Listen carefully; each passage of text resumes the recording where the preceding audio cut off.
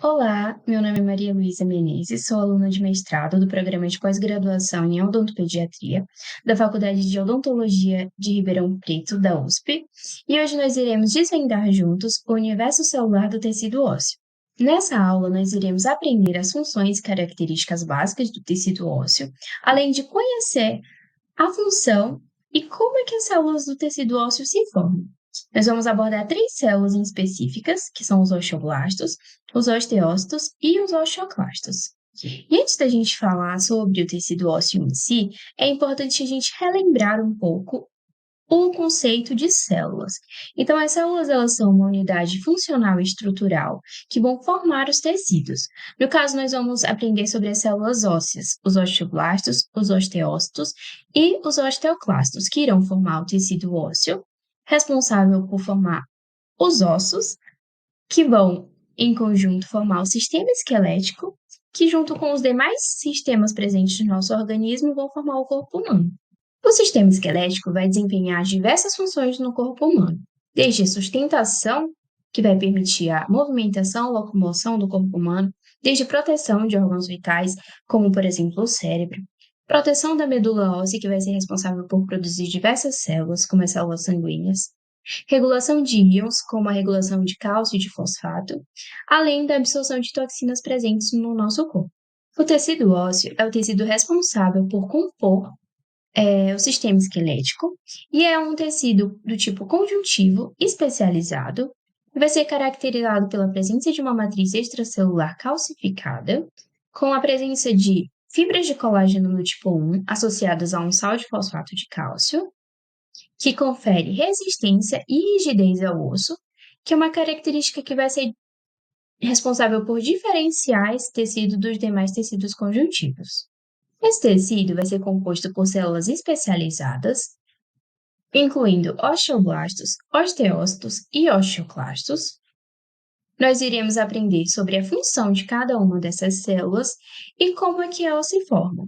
A primeira célula que nós iremos abordar hoje são os osteoblastos, que são células originadas a partir de células mesenquimais que vão estar presentes na medula óssea, que vão ter como principal função formar o osso. Essa formação vai ocorrer a partir da síntese e da secreção de componentes orgânicos da matriz óssea, como, por exemplo, colágeno do tipo 1, glicoproteínas e proteoglicanos. Também vai ser responsável pela mineralização da matriz óssea, a partir da concentração do fosfato de cálcio e pela facilitação da deposição mineral. E como essas células mesenquimais vão se transformar em osteoblastos? Para que a célula se transforme em outro tipo de célula, ou seja, para que ela passe pelo processo de diferenciação, é necessário que ela seja exposta a alguns fatores, como, por exemplo, fatores de sinalização, fatores de transcrição e fatores de crescimento.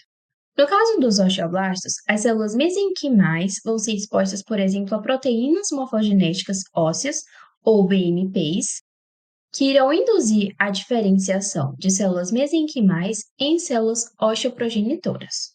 E então, as células osteoprogenitoras vão ser expostas a fatores de transcrição 2 relacionados ao RUNX, ou RUNX2, e fatores de transcrição SP7, também conhecido como Osterix, que vão induzir, que vão direcionar a diferenciação da célula osteoprogenitora para osteoblasto. Após formados, os osteoblastos eles vão poder desempenhar sua função, que é de formar e mineralizar a matriz óssea, e também vão ser responsáveis pela formação de osteoides, que são células representantes da parte da matriz orgânica não mineralizada do osso. Após formado, o osteoblasto ele pode seguir 3 caminhos diferentes. O primeiro é permanecer na superfície óssea, como células de revestimento. O segundo é ser incorporado pela matriz óssea na forma de osteócitos e, por fim, eles podem diminuir tanto a sua atividade que vão sofrer apoptose. Bom, como eu falei, os osteoblastos eles vão ser incorporados pela matriz óssea na forma de osteócitos. Os osteócitos são células que vão estar presentes no tecido ósseo em grande quantidade, chegando até 95% das células presentes no tecido ósseo, e que vão atuar como sensores de carga mecânica. E também vão atuar na comunicação das células dentro da matriz óssea, devido à presença dessas extensões citoplasmáticas que tem no osteócito. E como esses osteoblastos eles vão se transformar em osteócitos? A atividade secretora dos osteoblastos vai diminuir gradativamente à medida que esses osteoblastos são enclausurados na matriz óssea, que está em desenvolvimento. E durante a diminuição da atividade secretora, há o desenvolvimento de prolongamentos celulares, que vão se estender pelos canalículos presentes na matriz óssea, e que vão ser responsáveis pela conexão comunicativa entre as células ósseas. Além dos osteoblastos e dos osteócitos, nós também temos os osteoclastos presentes no tecido ósseo. Os osteoclastos são células que vão se originar a partir de macrófagos e monócitos e vão ser responsáveis pela reabsorção do tecido ósseo, atuando no processo de remodelação e adaptação dos ossos aos estímulos mecânicos e metabólicos do organismo. E como é que vai ocorrer esse processo de diferenciação de macrófagos em osteoclastos? Os macrófagos possuem um receptor de NF-κB em sua superfície celular. Esse receptor pode ser chamado também de rank. A interação entre o rank e seu ligante, chamado de rank-L, é responsável pela ativação e pelo início da diferenciação dos osteoclastos, que vão ser formados a partir da fusão de diversos macrófagos. Após serem formados, os osteoclastos vão aderir à superfície do tecido ósseo, iniciando o processo de reabsorção óssea quando for necessário, a partir da secreção de enzimas e de ácidos que vão degradar a matriz óssea, liberando minerais como cálcio e fosfato para a circulação sanguínea. Um ponto muito interessante da diferenciação dos osteoclastos é que é um processo que vai depender dos osteoblastos. Mas como assim as células que constroem o osso vai interferir na que reabsorve o osso? Calma, a gente vai entender.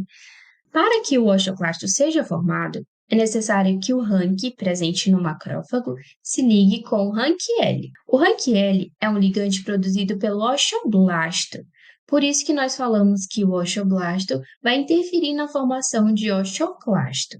Porém, o osteoblasto ele não produz apenas rank-L, ele também produz um outro ligante chamado osteoprotegerina, ou OPG, que vai impedir com que o rank e o rank-L se liguem. Quando ele impede essa ligação, ele vai inibir a formação de osteoclasto. Um pouco confuso, né? Mas eu trouxe um esqueminha para poder a gente entender melhor. Nessa imagem, a gente consegue observar que o osteoblasto ele vai produzir tanto o OPG quanto o rank-L, que são dois ligantes que vão se ligar no macrófago, e que quando o rank-L consegue se ligar com o rank, nós temos a osteoclastogênese, que é a formação dos osteoclastos. Porém, quando o OPG se liga com o rank, nós inibimos a formação dos osteoclastos. E vai ser assim que o osteoblasto vai interferir e influenciar na formação dos osteoclastos. E quando o osteoblasto ele expressar mais rank-L do que OPG, nós vamos ter uma maior formação de osteoclasto, portanto, uma maior reabsorção óssea. Porém, quando nós tivermos menos rank-L e mais OPG, nós vamos ter uma menor formação de osteoclastos, resultando numa formação óssea. Então, relembrando as células que nós conhecemos hoje, nós iniciamos pelos osteoblastos, que são células que vão atuar formando o osso e também formando os componentes da matriz óssea. A segunda célula foram os osteócitos, que são responsáveis pela comunicação do tecido ósseo e por reconhecer os estímulos mecânicos, e são uma fórmula madura do osteoblasto. E, por fim, nós vimos o osteoclasto, que são células responsáveis pela reabsorção óssea e que vão ter sua diferenciação dependente dos osteoblastos. Eu espero que essa aula tenha sido proveitosa e que eu tenha conseguido, de alguma forma, contribuir para o conhecimento de vocês. Estarei disponibilizando meu e-mail para caso de dúvidas. Até a próxima!